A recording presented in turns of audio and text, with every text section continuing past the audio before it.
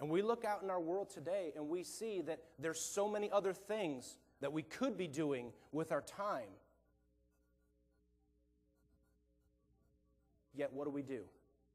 Do we come here just for a good message, for a good song every once in a while? Because we're supposed to? Because we're afraid that we might get that call? I have a friend of mine who he actually totaled it up. Now, what you need to know about Dan is Dan was one of those guys where we were moving from Northeast Ohio to Southeast Ohio.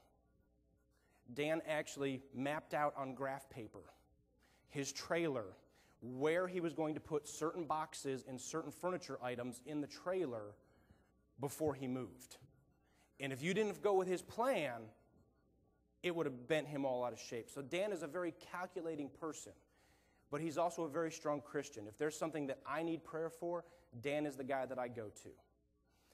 But he calculated it. He actually calculated that if he did not go to church, and if he was not the treasurer, and he did not help with youth ministry, he would have an extra 80 hours a week not spent at church.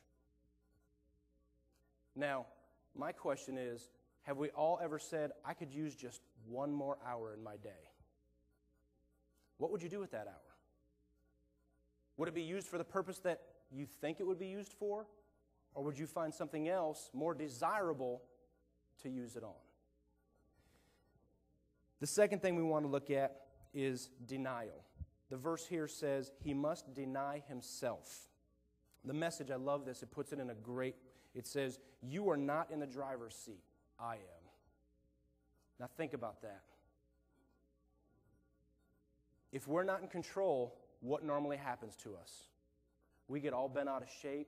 If we don't know every little detail that's going on, that just sets our world off. Now, I pick on Amy Bennett, and she's not here, so score on that one. So she can't refute it.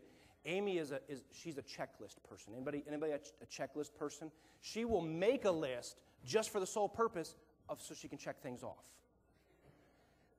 But this here, that denial of self says, you know what? I'm not in control. I don't need to check things off my list to see them done.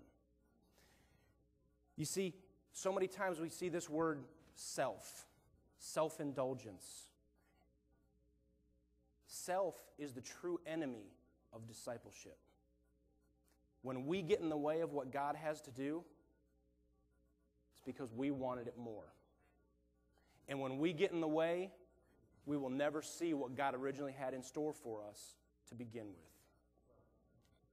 So we look at this and we see all these words: self-centeredness, self-interest, self-confidence, self-consciousness, self-importance, self-indulgence, self-opinion, self-satisfaction, self-reliance, self-seeking, self-sufficient, and self-righteousness.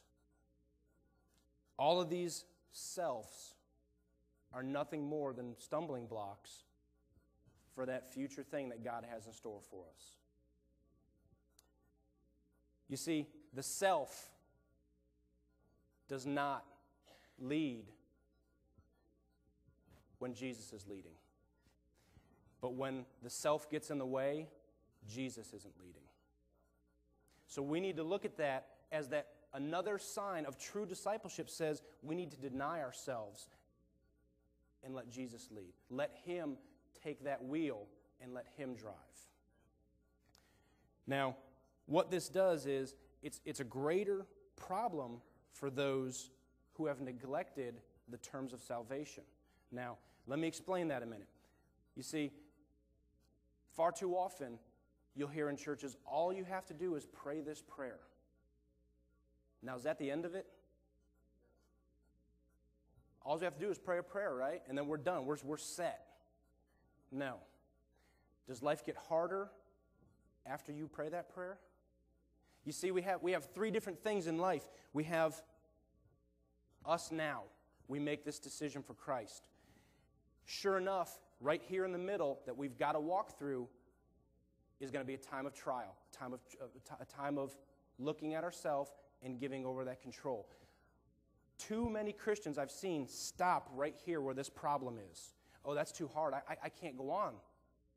I don't know what to do. Yet, 2 more steps, and you're over here to that great thing that God has promised. That great thing that He has set apart for each one of us that says, if you endure, I have something much better for you on the other side. So those terms of salvation say that it's not just about the prayer. That is a conscious choice that we all must make. But it cannot stop there. There's plenty of verses, and I'm just going to go through them here real quick. Romans 6:6 says, "For we know that our old self was crucified with Him, so that the body of sin might be done away with, that we should no longer be slaves to sin." Galatians 2:20 says, "I have been crucified with Christ, and I no longer live, but Christ lives in me. The life I live in the body, I live by faith in the Son of God, who loved me and gave Himself for me." Colossians 3:9 and 10 says, "Do not lie to each other, since you have taken off your old self with its practices and have put on your new self, which is being renewed in knowledge in the image of its Creator." You see, the Bible very clearly lays out that this is not the small print we see at the bottom of the contract. It's laid out there right for us in bold letters. And it says, this, as a Christian, this is what is expected of you. You must put off your old self, because that old self is what Christ died for on the cross. That is the term of the salvation. It says that the more we let it go and the more it slides by and we do not move through our confrontations, we are actually, I've heard it say, we are actually putting Christ right back on the cross and crucifying Him again. You see, we have to learn to let go of ourself and let Him lead. The third thing we want to look at is, in this verse, it's death. It says we must take up His cross. The Message says, don't run from suffering, but embrace it. You see, we look at this verse here, and you look at verse 21, and as I said before, this is actually a precursor to what is going to happen. Jesus was telling His disciples, this has to happen in order for mankind to be saved. But what does Peter do? Whoa, that can't happen.